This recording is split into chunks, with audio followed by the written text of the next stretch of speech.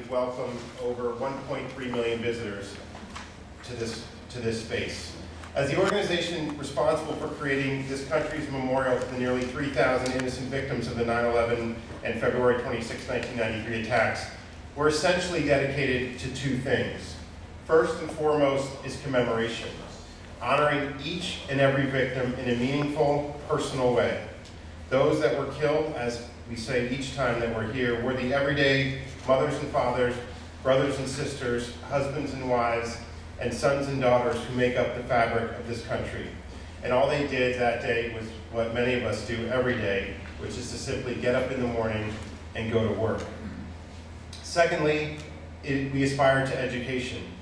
We want to educate the millions of people who will visit Ground Zero each year through a museum that will recognize that the events of 9/11 are part of an ongoing story, one that began well before that day and one that continues well beyond it. Today, we're only 305 days away from opening the memorial on the 10th anniversary of 9/11, and the museum will open 1 year later on the 11th anniversary in 2012. Construction is moving forward on schedule towards these goals. Both the memorial pools are fully formed in steel, concrete, and polished granite stone. 50 trees have now taken root on the Memorial Plaza, marking return of life at the World Trade Center site. Structural steel for the museum pavilion is more than 70% complete. The building has risen above the surrounding construction fencing and is taking shape around the steel tridents that will be its signature artifacts.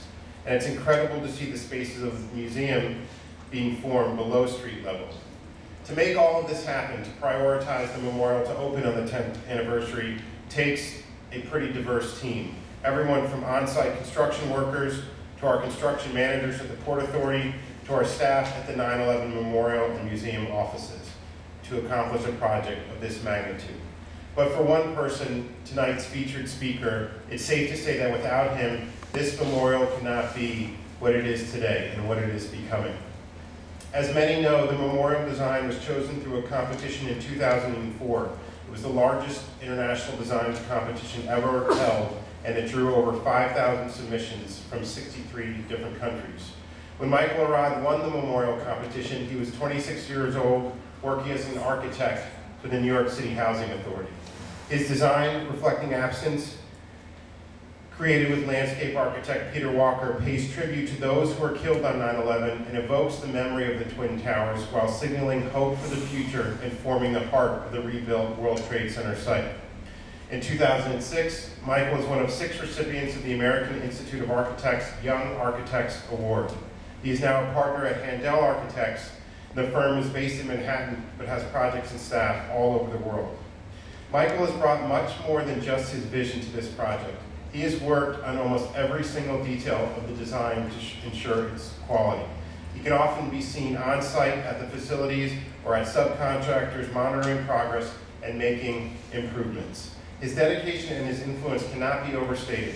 When the 9/11 Memorial opens next year, millions will visit, and so many aspects of the meaningful experience visitors will have are thanks to him. And just on a personal note, it has been one of the great pleasures of my job over the last 5 years, seeing Michael work. This project, as everybody knows, and is a fact that really shouldn't be hidden, this project has faced its share of challenges over the years.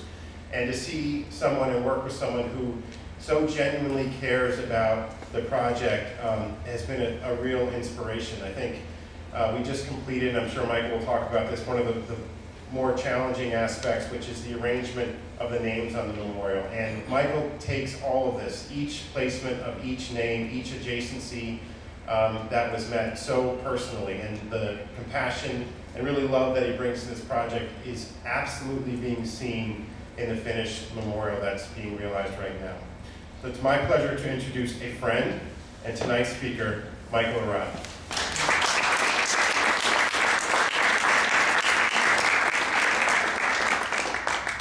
Very much. It's a pleasure to be here tonight. That was a very kind introduction. I really appreciate it. I was 36 though, not 26. No, he's very kind. I'm going to start with a slide which might seem odd at first, but I was living in the East Village back in 2001. And shortly after the attack, the pastry shop next door to me put up this cake in the window. And it was their way of commemorating the event. And I walked by this window every day and slowly grew to appreciate the gesture behind it, the meaning of it. And I think what I did in my own way, with my own tools, was similar to what this baker did with the tools that were at his disposal. I began to sketch ideas for a memorial. And for some reason, imagination is an odd thing, I started to think about voids in the Hudson River. This idea of the surface of the river cut open and water disappearing into that cut. And it seemed like an inexplicable image, this thing that really couldn't be realized. Water doesn't behave that way. But this image was kind of stuck in my head, and I persisted in investigating it, and ended up building a small model this big, which materialized this image of these voids in the river. And at the time I was here on my work visa. I'd been working at KPF for 3 years. My work visa was supposed to be renewed, but because of the events of 9/11, the INS was delayed. I actually found myself forced to take time off from work until my visa could be restated. And I had, time to sketch and build models, and I turned to the model shop that I worked with, Arad Architectural Models, and they weren't busy either. It was a very slow period for model makers as well. And I came in and asked if I could use their laser cutter for about half an hour. Ended up staying there for 2 days.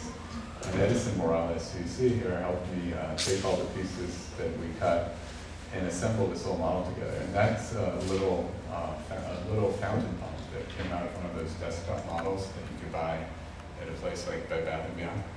And today I saw the fountains turned on for the first time. And to think that these massive pools started with a little pump that could fit in the palm of my hand is kind of incredible to me.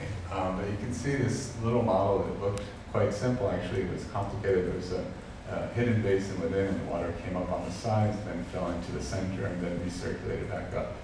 And that was the very first minute when we plugged it in and poured the water in, and all of a sudden this image that had been in my head for so long was out there on its own. And it was a very exciting moment for me, and I took this model out to my rooftop and photographed it with the skyline of the city. And that is how I imagined it, that you would look across from New Jersey, across the Hudson at the skyline of Manhattan, and there'd be this absence in the sky, and it would be marked in these voids in the river. And having completed this, I kind of set it aside and resumed my search for work. And in the interim, the LMDC, who is the agency that was having the redevelopment of the site at the time, had selected Daniel Liebskind's master plan for the site, which you see above me. And you can see the site, which was a 16-acre site, was subdivided into 4 unequal quadrants. Greenwich Street was brought back to the site to run north, south, and Fulton Street to run east, west. And what that did, it divided the site into 4 unequal quadrants, the largest one of which, on the southwest, was 8 acres that were set aside for the memorial. And that served as the basis for the competition for the actual design of the memorial. And so here you see the Liebskind master plan with the 5 towers surrounding the site. The site itself was depressed 30 feet below street level, and there were these large buildings, one of which bridged over the north footprint, and the other which cantilevered over the south footprint. And I looked at the competition, and I thought, this is not exactly the memorial site that I would like to visit one day. And I just thought, I felt the need to sort of imagine what that memorial site would be. And so with no expectation of ever winning this competition, I just decided to go through that exercise. I think it was very cathartic for me. It was very important for me to do that. And I came across this old disused quarry in South Orange, New Jersey.